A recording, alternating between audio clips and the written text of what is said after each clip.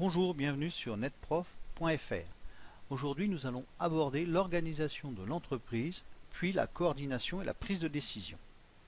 Alors, une bonne organisation d'entreprise va assurer à celle-ci sa réussite et cela va lui permettre aussi d'anticiper et de traiter les problèmes, d'économiser du temps, donc de l'argent, de conserver et de retrouver toute information utile rapidement, c'est le principe de l'organisation, et de diffuser rapidement toute information aux acteurs de l'entreprise. Alors nous allons voir quelles sont les principales fonctions de l'entreprise. Première fonction qui est la fonction administrative, généralement dédiée à la direction. Nous avons aussi la fonction financière et comptable, qu'on appelle la gestion, c'est-à-dire l'enregistrement et classement des documents commerciaux. Nous avons aussi la ressource humaine, c'est-à-dire la fonction gestion du personnel, où on va réaliser les embauches, les plannings de départ en vacances, etc. Dans certaines entreprises, principalement les entreprises industrielles, nous aurons une fonction de production de transformation que nous appellerons la fonction technique. Bien entendu, il faut vendre l'ensemble des produits, donc nous aurons une fonction commerciale, achat, vente, service après-vente. Et nous pouvons aussi trouver dans des entreprises un peu plus importantes la fonction logistique qui va gérer les stocks. Bon, ces fonctions ne sont pas restrictives, nous pourrions aussi avoir les fonctions recherche et développement et autres.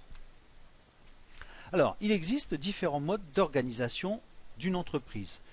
Pour le niveau des bacs professionnels, nous allons en aborder trois, c'est-à-dire la structure hiérarchique, fonction-service, la structure fonctionnelle et la structure divisionnelle.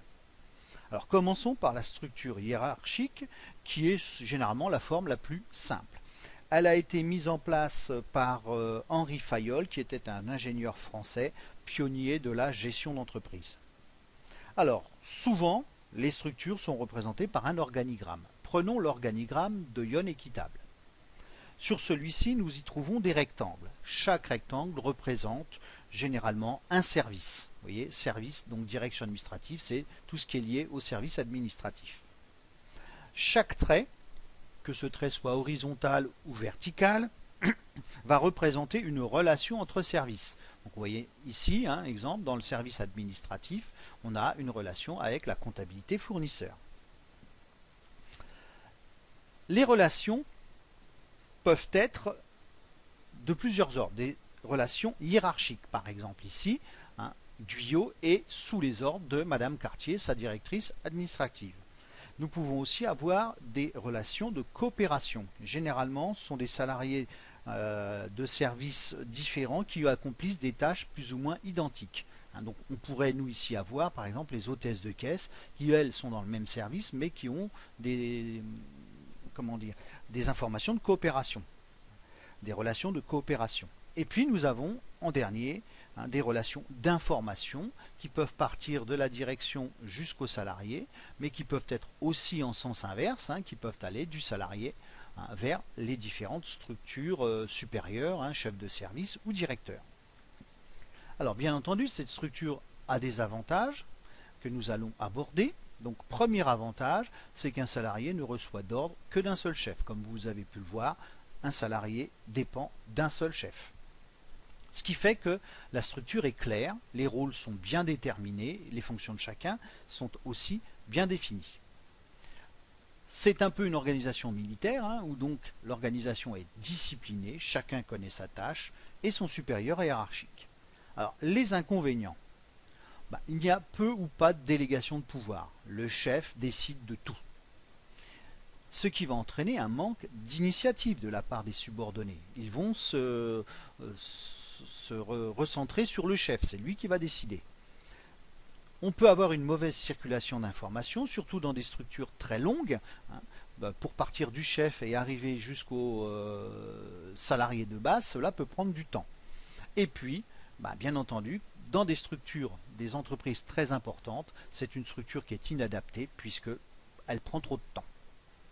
Alors, voyons maintenant une autre structure qui est la structure fonctionnelle, qui elle a été mise en place par Frédéric Fayol, qui est un ingénieur américain, qui est le promoteur de l'organisation scientifique du travail, c'est-à-dire la spécialisation de l'ouvrier. Voyons cette structure et là nous voyons que nous avons par exemple 2 chefs, 3 salariés, 3 ouvriers, chacun va être spécialisé dans son domaine et l'ouvrier va avoir 2 chefs. On part du principe que un contremaître ou un chef ne peut pas posséder toutes les connaissances. Donc le subalterne, c'est-à-dire l'ouvrier, doit avoir plusieurs chefs pour avoir des compétences complémentaires. Alors, voyons les avantages. Alors, le premier avantage, c'est que le salarié, étant donné qu'il est spécialisé, il est préparé et formé à une tâche très déterminée. Ça, c'est vraiment lié à l'organisation scientifique du travail. Deuxième tâche, la communication va être beaucoup plus rapide, puisqu'on n'aura pas la structure hiérarchique. L'exécution des tâches est donc de qualité, puisque le salarié est, lui, spécialisé. Alors, bien entendu, il y a un certain nombre d'inconvénients. C'est que l'entreprise va disposer, enfin le salarié va avoir plusieurs responsables. C'est ce qu'on appelle la dilution d'autorité. Donc chaque chef peut dire l'inverse de son collègue. Donc ça va entraîner des risques de conflit d'autorité.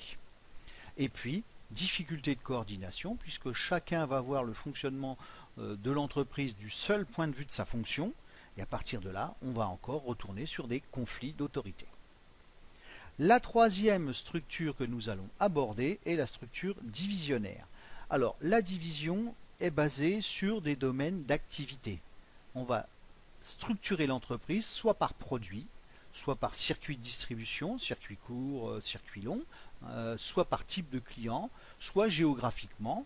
Nous allons l'aborder, cette division, dans l'organigramme suivant. Donc, sur l'organigramme suivant, on a une division par produit. Donc on voit que pour le produit A, nous aurons une direction achat, une direction de production, de vente et une direction du personnel. Ce sera la même chose pour le produit B et le produit C.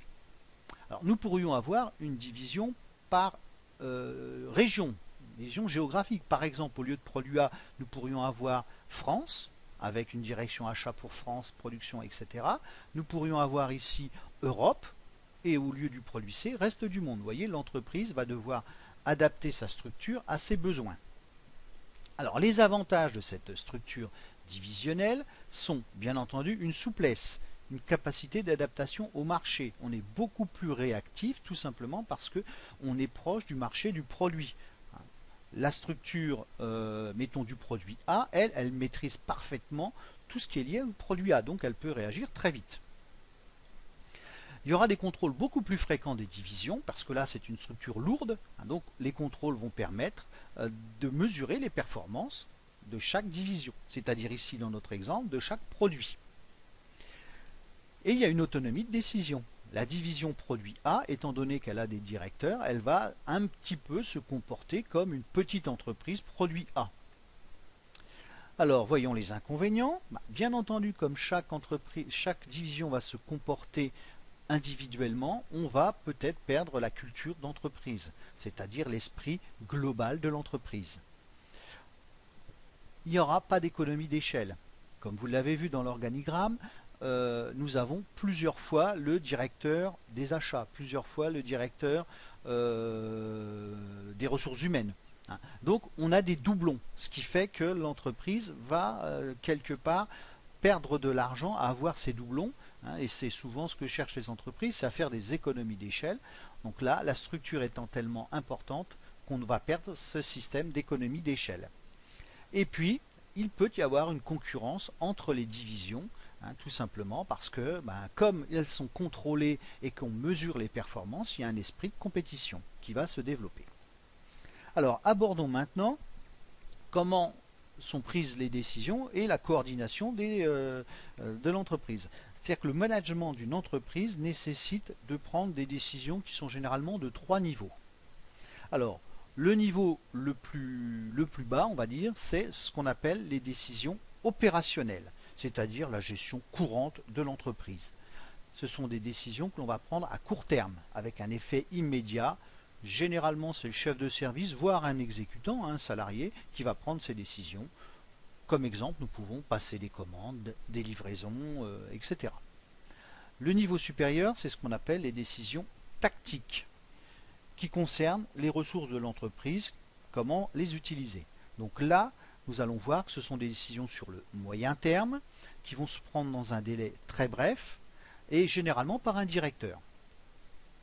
Choix d'un fournisseur, campagne publicitaire, sont des décisions tactiques. Les décisions les plus importantes, qu'on appelle les décisions stratégiques, elles vont engager l'entreprise sur une longue période. Donc c'est du long terme, avec des effets durables, et là bien entendu c'est la direction générale qui va les prendre, ces décisions stratégiques. Quelques exemples: mise en place d'un nouveau produit, rachat d'un concurrent, mais ça pourrait être aussi l'investissement sur une nouvelle chaîne de production, etc. Voilà, j'en ai terminé avec cette leçon et je vous donne rendez-vous pour une prochaine leçon. Au revoir.